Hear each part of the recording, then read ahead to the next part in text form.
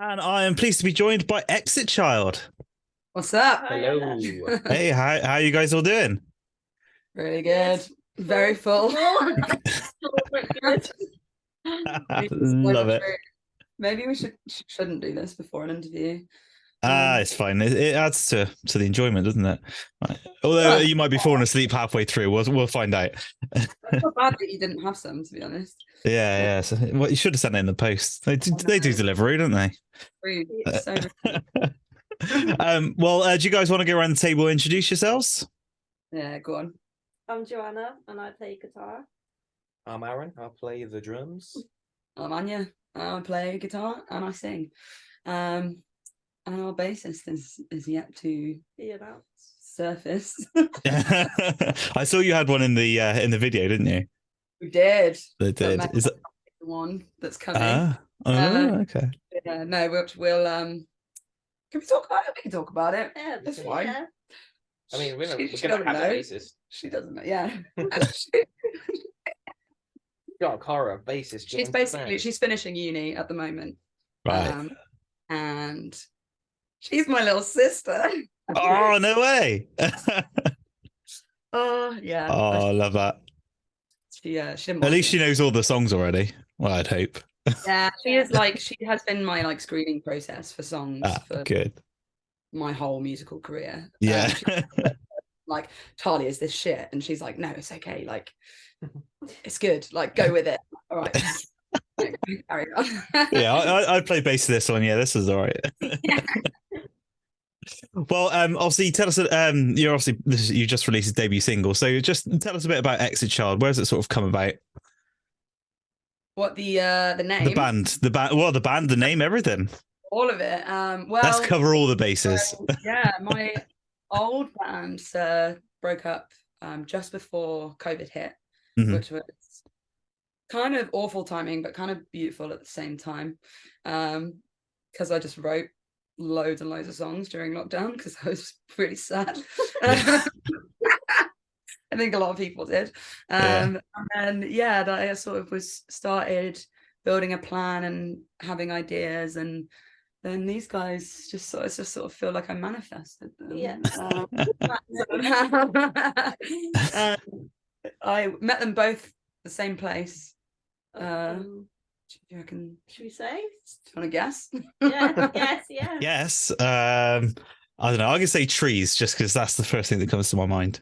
Good. That would have been cool. But that's where we first met. So yeah. Who knows?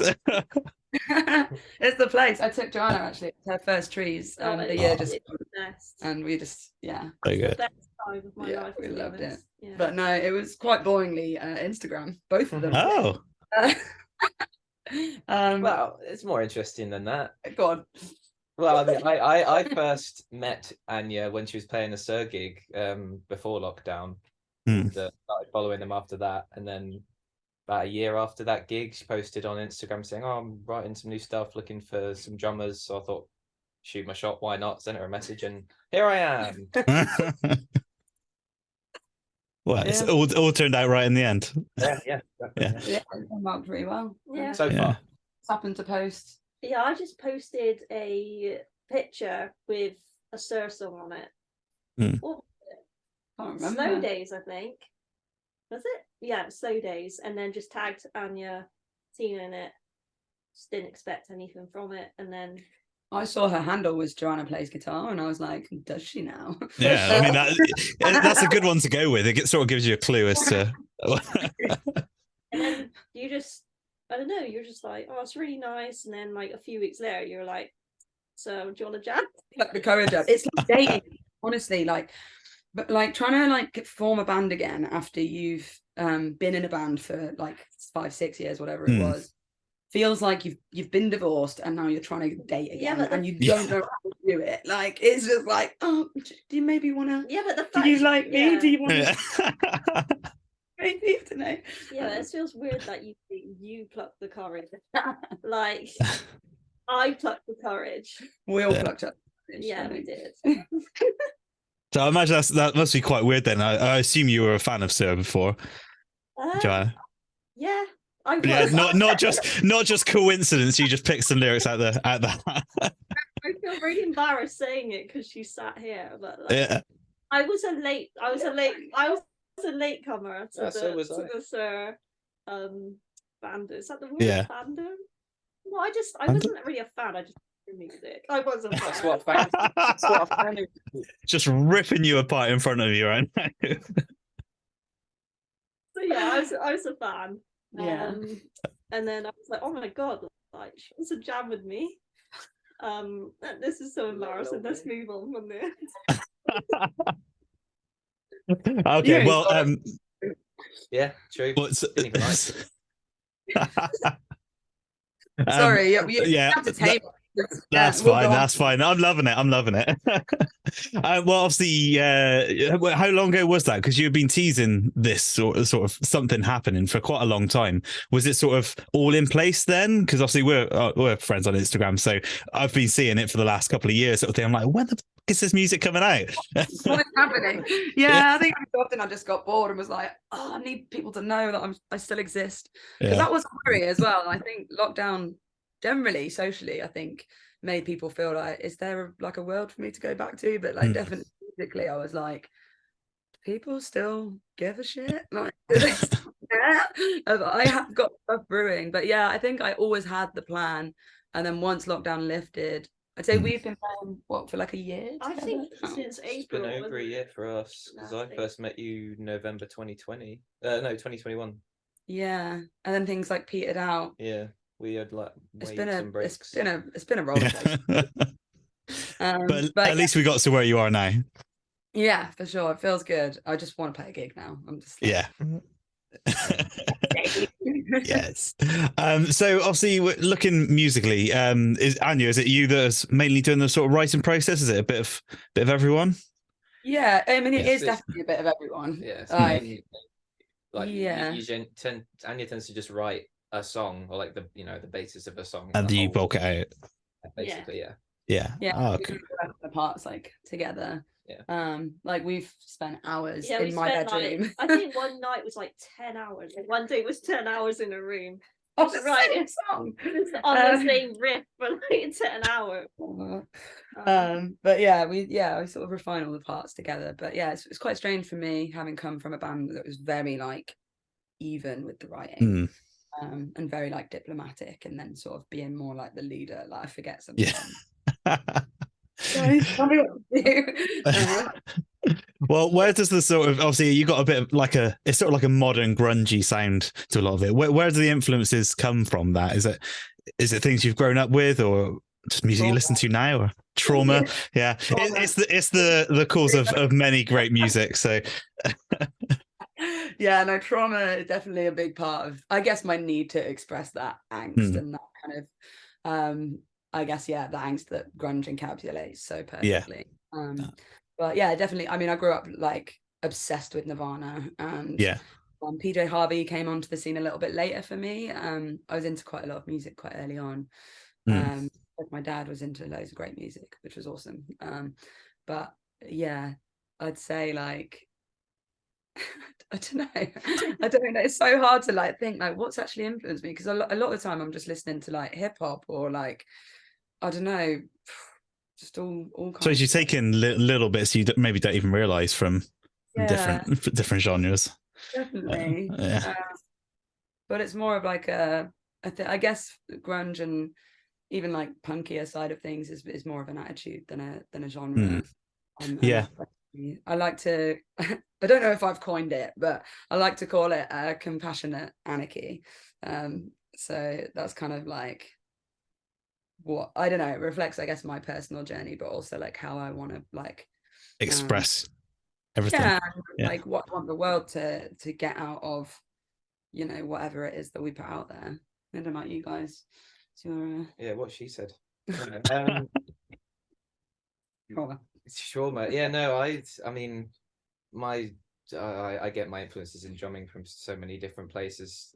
Obviously, like my main influences are like Taylor Hawkins and all the obvious ones, Grohl, Bonham, yada yada yada.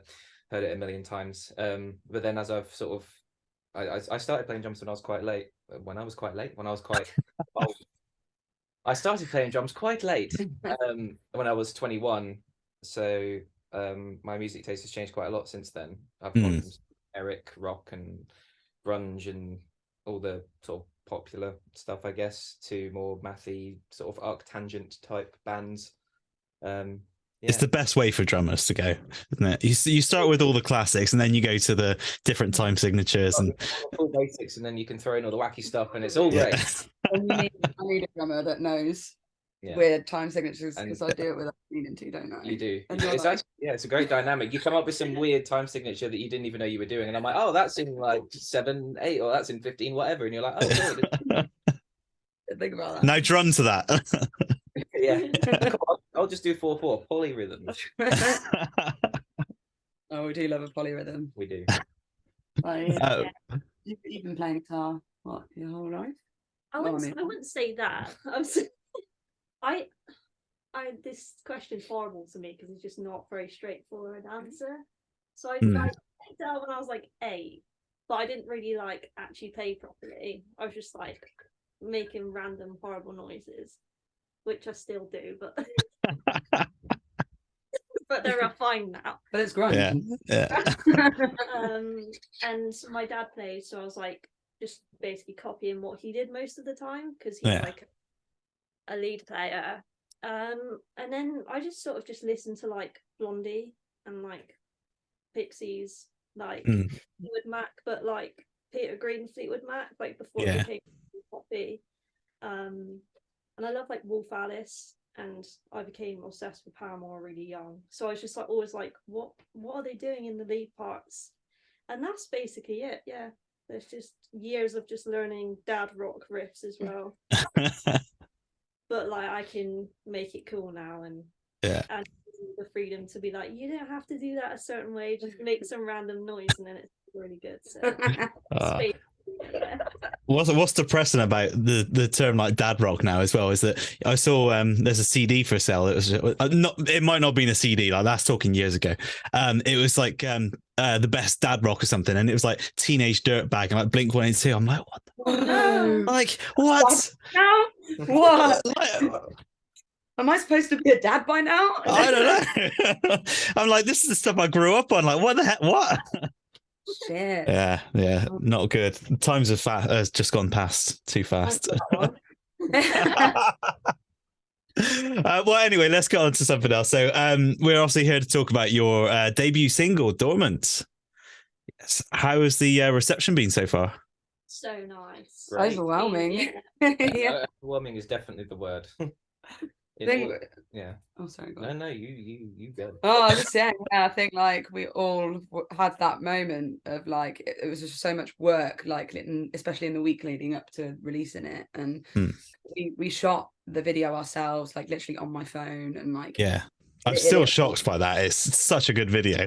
Like when you told me you did it on your phone, I was like I was going to ask who did the video because it looks like so like well done sort of thing. Usually you see like someone makes a video themselves and it's still good, but you can tell. But this just like even the quality just looked really good.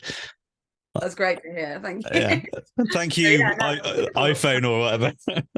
Shoestring budget. Like I mean, we didn't really spend any money on. Our housemates helped out with the actual like shooting. Yeah. We made the dolls. Yeah, we made the dolls. Oh, wow. That was fun. I mean, I hated doing that. He was like, "This is not what I joined a band for." Yeah. Fucking awesome jobs. Just want a drum. Yeah, I think that verbatim actually. But yeah, we I think when it finally went out and we were just like, oh, it's out there, and then the next couple of days we were just like, oh, people really like it. Yeah. Okay, people have heard it. It's weird mix of excitement, happiness, and a weird sense of not dread as such, but like just bricking it all the time. Like, oh god, this is actually a thing now. Yeah. Especially when you've had that big build up to it as well, and it's finally out there, and just seeing the response. Well, it's been really good, and like I just love searching Exit Child Dormant on Spotify. Like honestly, seeing it come up, just seeing it on the phone. Yeah, like, this is unreal. Yeah, it's mad. And then like, I don't know, like we've had some lovely reviews, but like there was one that got me that was just like It just felt like someone had actually listened and understood Oh, the song, and like yeah. you get what this means, and you're writing in your own words, and like, you know, it's easy to sort of review a song and just, I don't know, like not Pick to, stuff out that you've read and stuff. Yeah. but like when someone actually just gets it and understand and is like, oh fuck, it's like that's what me like really like gets me in the feels. Yeah. Yeah. Well, I was going to say it's yeah, you get a lot of stuff that you can relate to it from. Obviously, you get the idea of it being like sort of being in a scary headspace, like struggling with yourself, sort of thing. Is that what the sort of story is behind it? Like the sort of. Or it's kind of, so I was in like I was in a women's mental health crisis house at the time that I wrote it, and I'd like, it wasn't that long after like the band had broken up, and it was during COVID, and my mental health had just like absolutely plummeted, and I kind of, for the first time ever in my life, had like actually fallen out of love with music. Like I just didn't, I was just like, you've let me down, you're the one thing that's always be there, and you've abandoned me. And that I was in that space, you know, and I almost just resented the fact that I had this song like brewing inside me, and I just started writing it. And yeah, it's kind of, I guess, a reflection of realizing that you're sort of just being dragged through life like endlessly, and you're not really taking the reins, and that you're dormant in a way, and in a sense I think, you know, we all are, lots of things and lots of, I guess, levels of dormancy in a sense, but it's being trapped in that, but also like realizing that when you're work, I've had a lot of mental health issues, and over the years I've, you know, the last, I'd say 10 years specifically, I've worked really hard on it, but I along the way I sort of lost a lot of who I was without those diagnoses or that trauma. And I think the process of realizing that you are so much more than your trauma or your mental health or your diagnoses is a really, really important step to make, kind of when you're going through that, and it's like realizing you've left all these other parts of yourself behind in a way, because you've had to focus so hard on it. Like you're not defined by just that, like just your mental health. Yeah, but it's so easy for it to feel that way when you're in it and you're focusing on it and you're working on it, and it's like, oh no, actually, I think I was at a yoga retreat over New Year, and like one of the guys said to me, I can't even remember what he said because it actually doesn't really matter, but he just said something about, he described my personality basically, and it wasn't anything to do with my mental illness, and I actually cried because I was like, fuck, you just see me like for who I am. Person. Yeah, like that's what I remember being before all of this stuff really caved in on me, and it was just like this really beautiful realization, and there's a lot of layers like to Dormant as well, but yeah, it definitely does capture that kind of like being stuck in it, and it's like it's more capturing like the realization of it and the want to break out of that dormancy, but not thinking you can't, sort of thing. Yeah, and it's like I'm not quite sure how, but I'm aware of it now, and I want to wake up, essentially, I guess. Yeah. Okay. Yeah. Yeah. No, it's a really, really interesting story to say. It's something that people will connect to as well, because lots of people in various levels have been affected in the same sort of ways, whether it is a case of like having real troubles or sort of like minor, but everyone has experienced something along those lines in some way, haven't they? So it's something that people can definitely connect to. Yeah, that's what I hope for. That's like that's my greatest like achievements, I guess, in music. The ones where it's like someone's really connected to a song or you know, part of a song or whatever, and it's kind of, because that's what music did for me, except for that little period of time where I thought it was me, little dramatic man, you're like but it's like, no, music's always been there, and it's always given me something to relate to, and I think sometimes that's all you need, is just knowing that someone somewhere in the world, even if they're like on the other side of the planet or they're not even alive anymore, you know, it's like someone somewhere felt like I do in this moment, and like that is just, I don't know, I don't know why it helps, because it's not really what it is. You don't want it not like that. Knowing that someone else has I guess it makes you feel like it's kind of you're not alone, are you? not alone, exactly. Yeah. Yeah. No, it's really nice when music connects to people, and obviously this is your debut track, but in time I imagine you're gonna get more and more fans, and people are gonna be coming to you and saying, like, this spoke to me, like I've been in that situation and that's sort of spoken to me. So that's something to really look forward to in a kind of depressing way, but it is nice. We got a band together, man. Yeah. We need each other. We're all you've also got a couple of exciting dates lined up in the next few months. You've got you spoke earlier about wanting to get a gig. You've got your debut show on 14th of April. We do. That's exciting. So excited about that. Yeah. I have played on a stage since before lockdown. I'm kind of bricking it. Yeah, I am. Yeah. Well, once you're up there, you'll be fine. It's the sort of build up to it that you're just like, oh shit, can I still do this sort of thing? But then as soon as you're up there, it'll be great. We've been practicing for a while, haven't we? Yeah. Nice. Yeah, I just can't wait to snarl at people again. Yeah. Classic drummer's position of it being in multiple bands, so I'm used to being on stage anyway, but it's a whole new experience with a new band every time. So Yeah. Still nerve-wracking, but I've got at least I'm in the zone. I've been on I'm got a gig on Friday actually, so Yeah. I'm ready. Yeah. Just got to remember which set to play and you'll be fine. Yeah, exactly. Yeah. Imagine. Start with all the cover bands, like this one's Take Me Out by Franz Ferdinand. Should we cover that? Like, I mean, it's up to you. It doesn't sort of have the same vibe though, does it? we could grunge it up, I reckon. Yeah, that's true. Yeah, you grunge anything up. Yeah. You know, Yeah. You got a few weeks to practice it. Like, I believe in you. Honestly, because I'm going to be at that gig. If you fucking open with that, I'm just gonna be like, oh my god! It's like I manifested it with like no intention. With zero intention. Yeah, let's sack off Dormant. Let's not bother doing that. Yeah, People have heard that one. Yeah, we'll brilliant. Just for you, mate. Just for you. Thanks. Obviously, it will be nice to get out there and see people responding to Dormant as well. That's going to be the big thing, like, because you can get people's responses online and everything, but actually seeing people's faces responding to it and probably singing along as well is going to be nice. I didn't really think about that. Did you not? No, I've just been sitting on like getting the songs just getting it right, and like. Well, you got that to look forward to. Yeah, people's faces. I do like people's faces. Yeah. Some of them. Hey.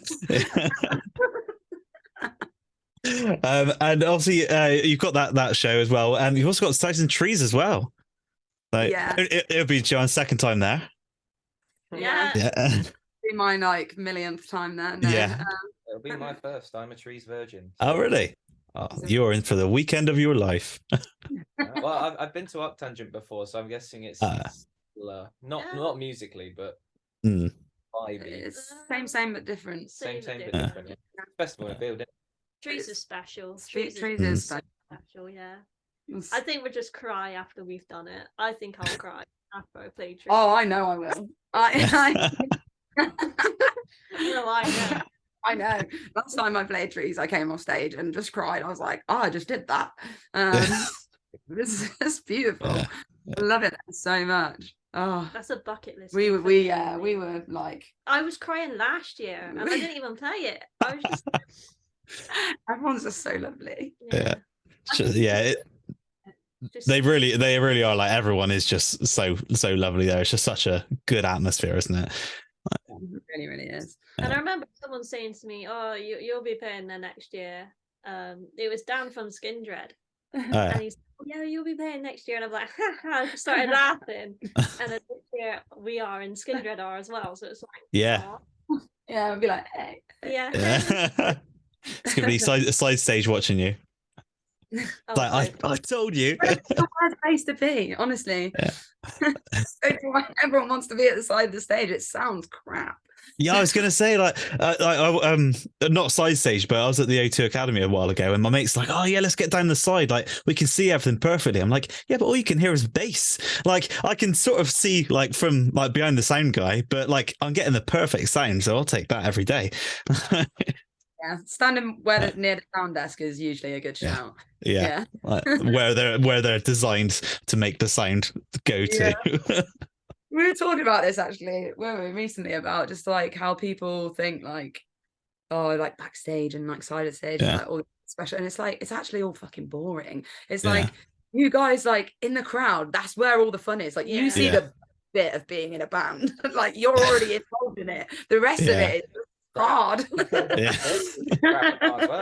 Like, you literally get the best of our world, like that 30-minute set or whatever. Yeah, I think people get excited at the idea of being side stage, but like I've not been, but I imagine, like you said, you're going to get no sound. All you're getting is the monitors, surely. Monitor mix. Although, unless you're using IEMs, then well, I do actually, but I will have a monitor mix as well. But I won't say who or what gig, but I was at a gig, and they actually had a monitor on the side of the stage with like a mix of the sound in it, which was amazing, because so you could stand side stage and watch the band. And there was like just a monitor wedge just like with a mix of the sound in it, and it sounded great. I was like, this is the best of all the worlds. Sometimes the reason I ever stand side stage is if I get a bit anxious and I don't want to be in the crowd, especially at festivals when you're like watching band after band after band. It's exhausting. I need a light, just but monitors at the side of the stage, I mean, that is just revolutionary. It's the way forward. Well, what else have you guys got planned for the rest of the year? I know you said in one of your videos that you've got plenty of songs ready to play. It's not just going to be Dormant and Franz Ferdinand. It's not going to be a repeat of those two songs. No. I've got to learn it to do. Or we could really just drag out Franz Ferdinand, to be fair. For like 3 minutes, minimum. No, we haven't. My plan was to kind of have a bunch of songs written before we started gigging, and like we've like recorded a bunch of demos ourselves, like just in our practice, which was a learning curve. We're still going around that curve is never ending. It's a spear. It's a learning spear. But so we have a bunch of songs ready. Like obviously we have a set ready for shows, and then we have more songs. We will have another couple of singles out probably after the summer, right, but we really just want to get gigging at the moment. So that's where the fun is, isn't it? Like seeing the response and everything. And we're really like, I think when I was setting up this band, one of the beauties of a band ending is that I really like had the chance to question whether I really still wanted to keep doing music, because it is hard and it takes a lot out of you, and it's not very lucrative, unless you reach like a ridiculous level, unless you're playing stadiums basically. Pretty much. Like bands you think are like famous, you're like, shit, you're not actually even really making that much money. What, like how? But like I did, obviously, because I'm here. But one of the things I really wanted to make sure of was that we sort of set it up in a way that was just healthy for us, and that like healthy for our mental health. And it's so like easy to get swept up in industry pressure and pressure to constantly like release and record and be on tour and have something going on, have something to be talked about.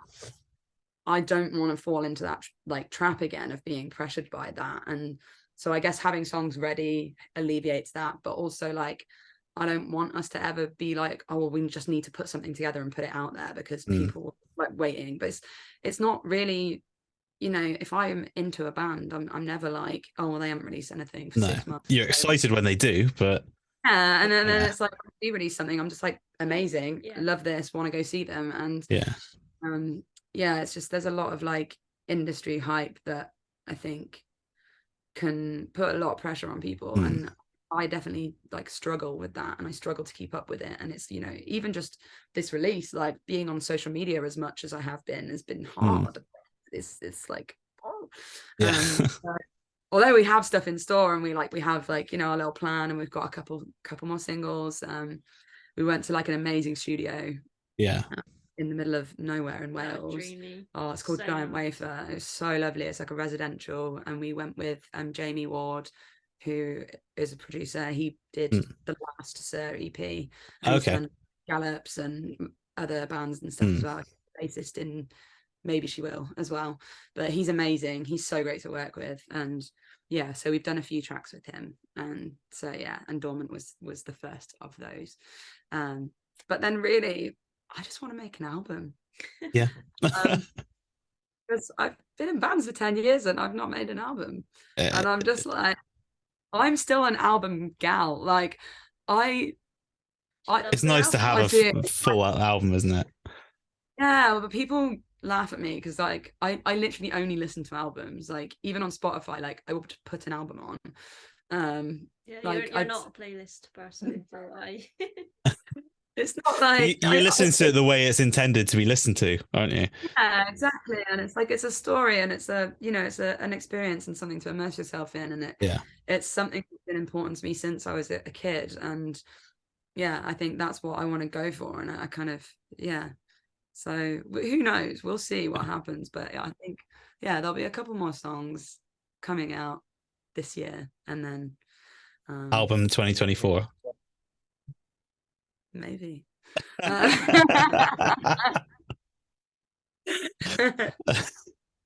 We'll see if people want it, shall we? I want it. Yeah. I want it. If you want it, that's all that matters. Like, I'll listen to it. Thanks, mate. That's all right. No worries. My sister will probably listen to it. Yeah. She probably has to if she's playing bass on it, though. But at least she would have approved all the songs before they go on, so you know it's going to be good. Screening process. Exactly. Although I'm like, is this going to affect your validity as a... I don't know. She's great. Yeah, I love her. Talking, so I need to be careful. I adore her. Well, guys, thanks so much for coming on the show, taking the time out of your day. We are going to play your debut single now on the show, so if you want to go ahead and introduce it. So this track is called Dormant by us, Exit Child. Check us out. Let's go.